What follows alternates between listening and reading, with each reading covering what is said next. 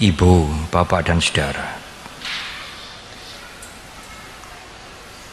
menurut Dhamma, berdana itu bertingkat-tingkat. Di dalam Sikalowada Sutta tadi, kalau Anda menyimak, dijelaskan ada orang memberi untuk dipuji, ada orang memberi supaya namanya baik, pencitraan.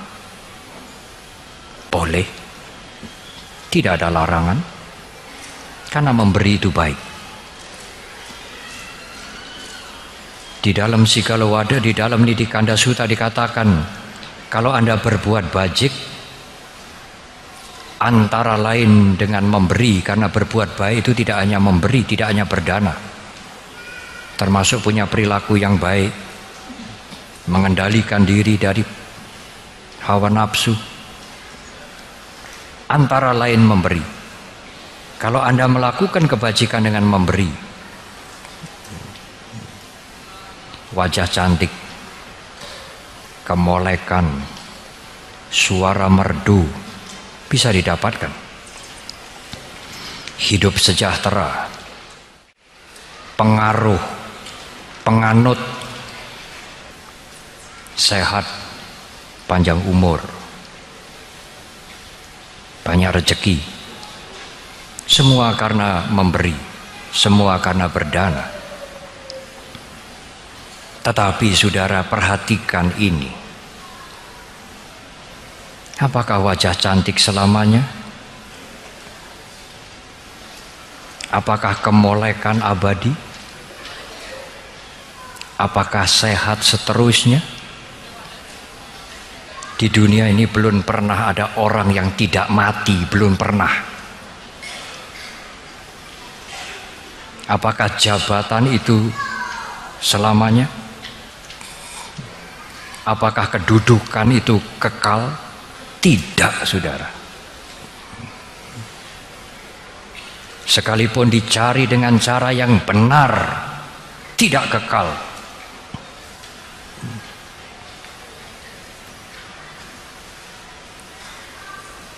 Pada saat kematian, semua orang akan mengalami, dan kematian datang setiap saat. Kita harus melepaskan semuanya. Anak, istri, suami, kedudukan, kekayaan harus ditinggalkan. Sudahkah saudara mempunyai persiapan untuk menghadapi kematian?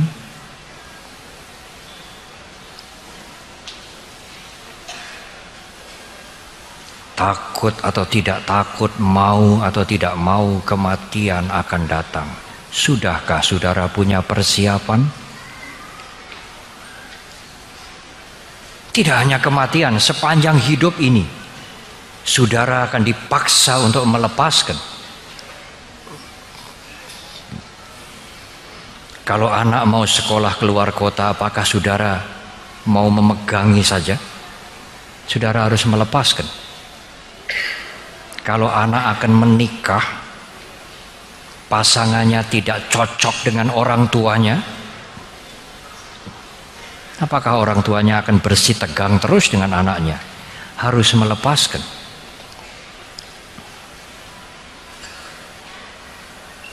Musibah, bencana alam, setiap saat Anda harus melepaskan.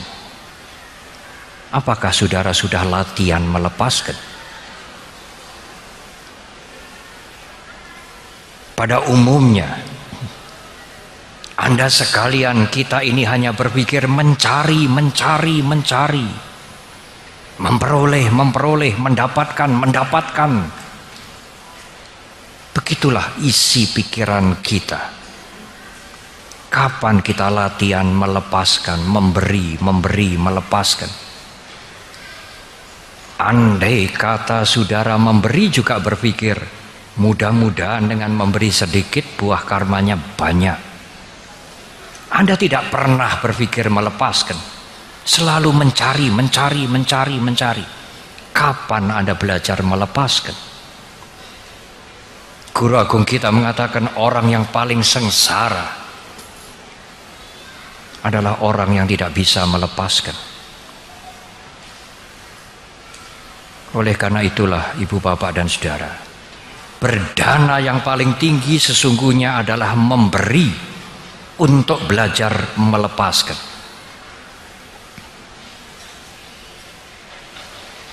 Suatu saat kalau alam meminta Anda melepaskan, Anda sudah punya latihan untuk melepaskan.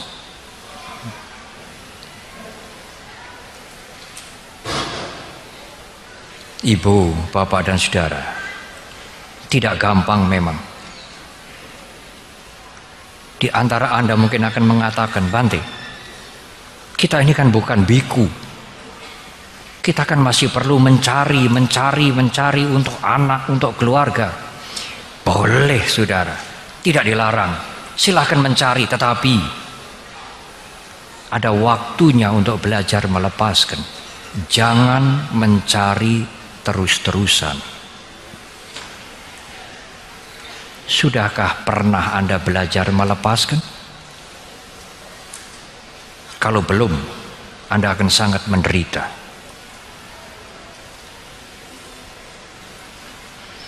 Saudara,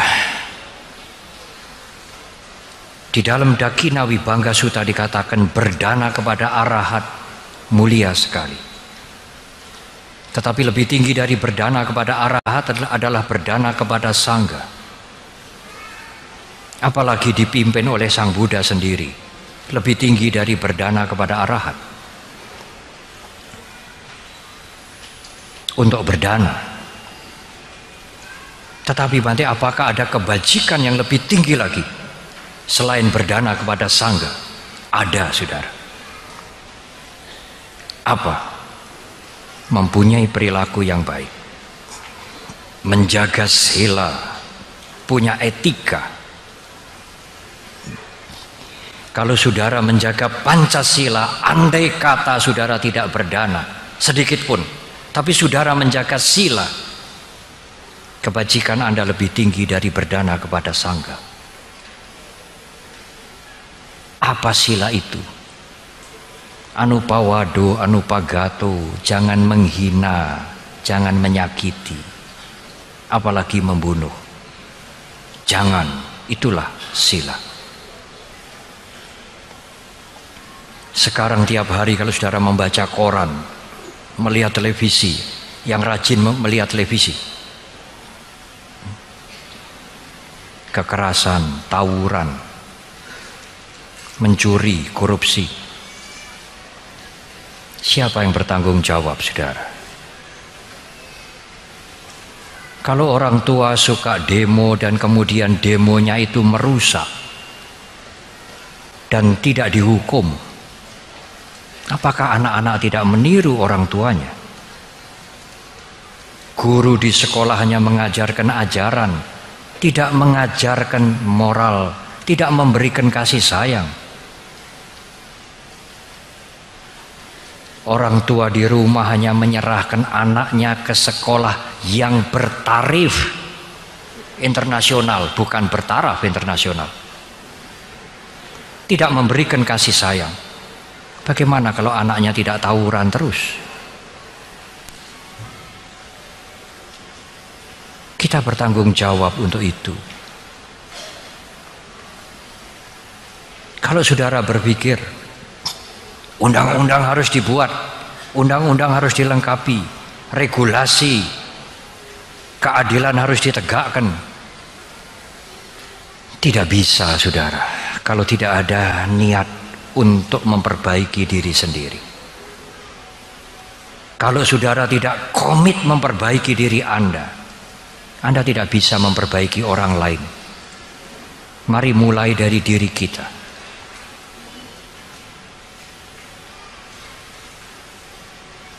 Ibu, bapak, dan saudara, kalau dulu anak salah ditegur orang tua, dia memperbaiki diri, insyaallah, ya, sadar. Kalau bawaan salah ditegur majikannya, dia sadar memperbaiki diri. Kalau orang mencuri, korupsi, dihukum supaya kapok, jerah. dia memperbaiki diri. Sekarang tidak. Orang mencuri, orang korupsi dihukum, awas nanti. Aku akan cari cara yang lebih canggih lagi supaya tidak ketangkep. Bagaimana kita mengandalkan undang-undang? Bagaimana kita bersandar pada pengadilan kalau tidak ada niat untuk tidak berbuat buruk? Tidak mungkin kita bisa memperbaiki keluarga dan masyarakat ini kalau tidak ada niat untuk tidak berbuat buruk. Atanang rakanto parang rakanti, parang rakanto atanang rakanti. Kalau Anda melindungi diri Anda tidak berbuat buruk, otomatis Anda melindungi orang lain, karena Anda tidak akan merugikan orang lain. Parang rakanto atanang rakanti.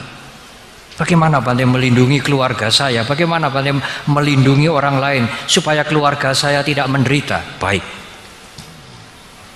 Kalau Anda ingin melindungi keluarga Anda, lindungilah diri Anda sendiri dulu dari perbuatan yang buruk. Kalau Anda tidak berbuat buruk, Anda melindungi keluarga Anda tidak mengganggu keluarga Anda. Kalau Anda tidak disiplin, Anda berbuat buruk, bagaimana Anda meminta keluarga Anda untuk disiplin? Anda sendiri tidak pernah disiplin. Tidak masuk akal, saudara. Kalau Anda menuntut, Anda tidak pernah menuntut diri Anda sendiri. Bagaimana memperbaiki masyarakat ini? Semua orang menuntut orang lain, tapi tidak pernah menuntut dirinya sendiri. Kapan ada perbaikan?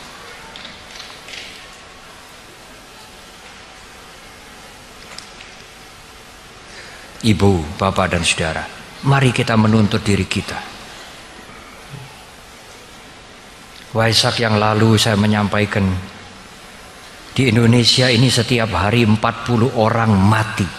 Setiap hari, rata-rata, karena narkoba. Seminggu yang lalu, kebetulan menunggu kendaraan di airport, saya mendengar keterangan dari Pak Benny Mamoto, Ketua Badan Penanggulangan Narkotika Nasional. Sekarang yang mati setiap hari di Indonesia ini karena narkoba 50 orang, saudara. Setahun kurang lebih 18.000 mati karena narkoba. Tidak main-main, saudara. Saya ingin menyampaikan ini kepada kalian. Kebetulan ribuan umat Buddha hadir. Kalau tidak sekarang, kapan kami menyampaikan ini? 50 orang mati setiap hari karena narkoba. Tiap hari, bukan setiap minggu. Itu di tanah air kita.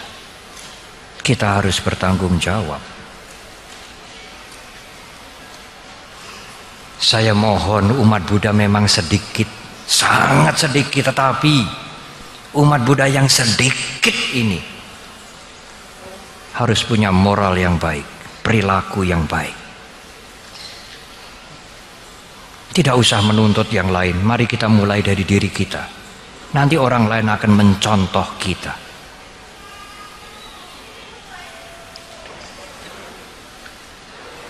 Tetapi ada orang yang protes, Bante. Sekali lagi, Bante,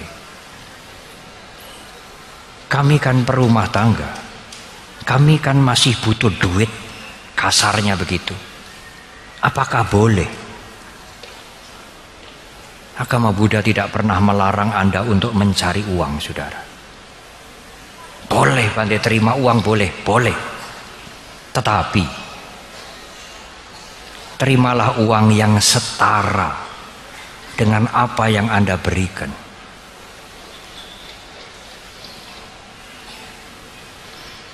Kalau pegawai negeri atau pegawai swasta masuk baca koran, sampai iklan-iklan itu dibaca semua, habis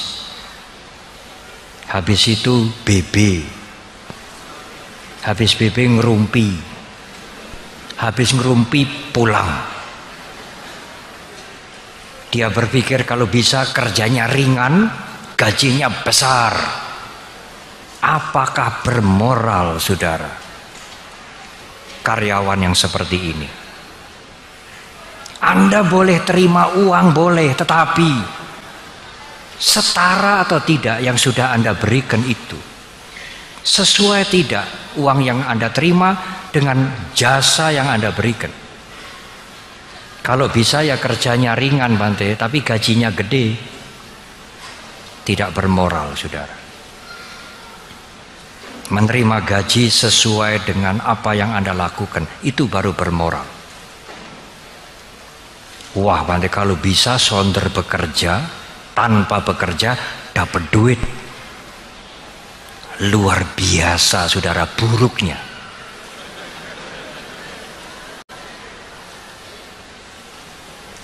Kalau mentalnya seperti ini, bagaimana undang-undang bisa memperbaiki? Bagaimana pengadilan bisa memperbaiki? Itu urusan komitmen kita. Pedagang boleh berdagang, memberikan produk, menjual hasil yang kualitasnya setara dengan keuntungan yang Anda dapatkan. Bukan barangnya buruk, ingin untung besar. Itu tidak bermoral.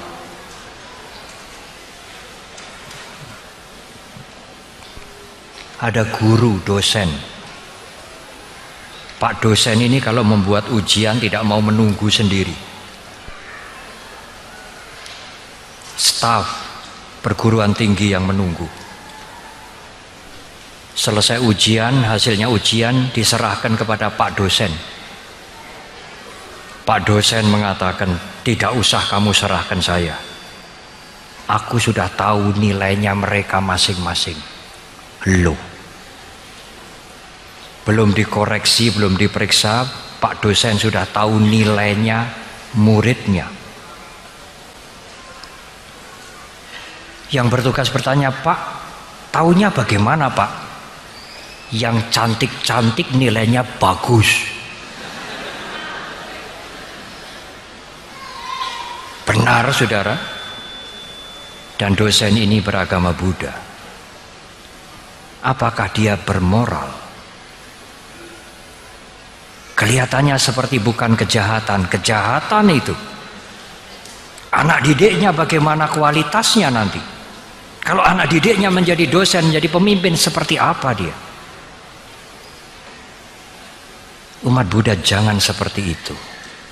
Kita tidak usah menuntut orang lain, kita menuntut diri kita sendiri. Ibu, bapak, dan saudara, saya harus menutup uraian ini. Tidak boleh berpanjang-panjang. Ajaran agama Buddha. Untuk mengerti, saudara harus memberikan perhatian ekstra. Saudara, ada satu sikap yang sepertinya sudah menjadi lumrah biasa.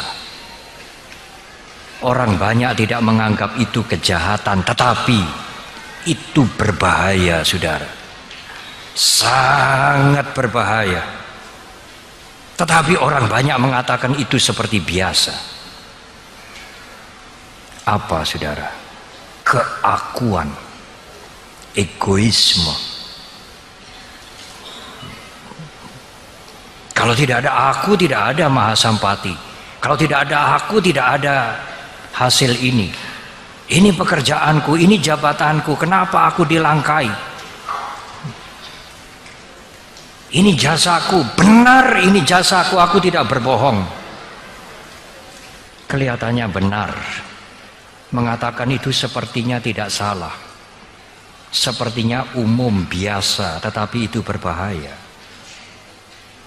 Karena menurut Dhamma, semua kejahatan, kotoran batin muncul dari moha, dari keakuan, dari ego.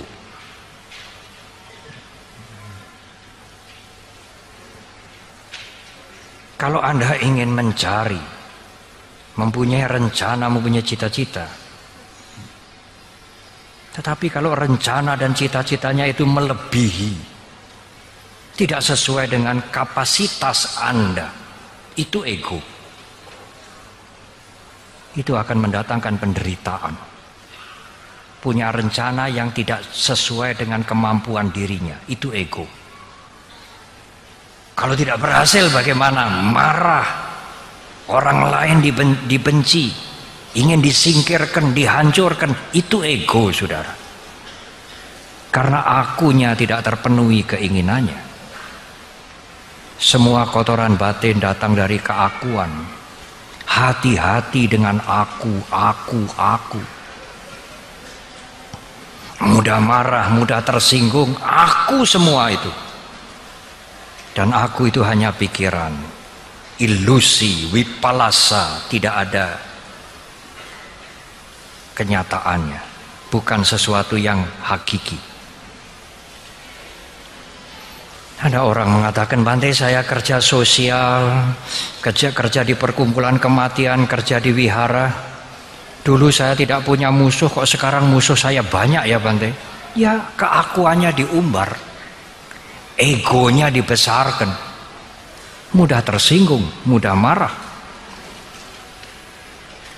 Tetapi kalau Anda bisa memadamkan aku itu, selesailah persoalan. Karena semua persoalan itu muncul dari keakuan. Kebencian, iri hati, kemarahan, kecongkaan, kesombongan, semua muncul dari aku. Termasuk was-was, khawatir, takut, aku semua. Aku yang tidak nyata, aku yang hanya ilusi itu. Kalau Anda ingin kerja sosial di wihara, di rumah sakit, di sekolah, akunya dikecilkan sampai kecil sekali. Pintu maafnya dibuka selebar-lebarnya. Itu ilmunya kerja sosial. Kalau Anda kerja sosial, akunya dibesarkan, musuhnya akan banyak, termasuk di wihara. Akunya dikecilkan kecil sekali, pintu maafnya dibuka selebar-lebarnya. Pekerja sosial harus mengerti ini. Tetapi Bante, aku itu menyelinap, halus sekali, benar.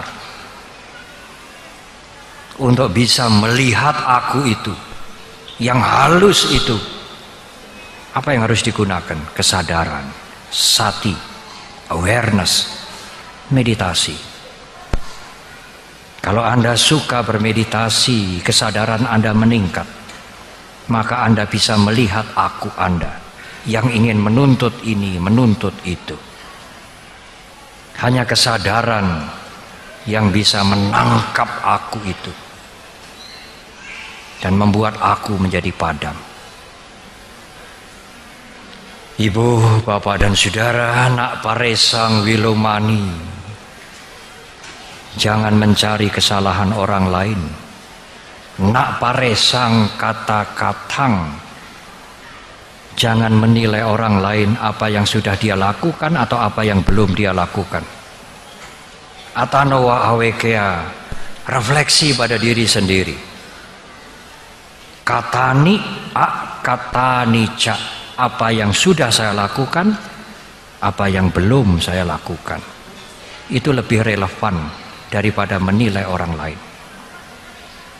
Kalau Anda mau menyumbang, mau berdana, berdanalah saudara. Tidak usah melihat orang lain dulu, dia sudah apa belum ya.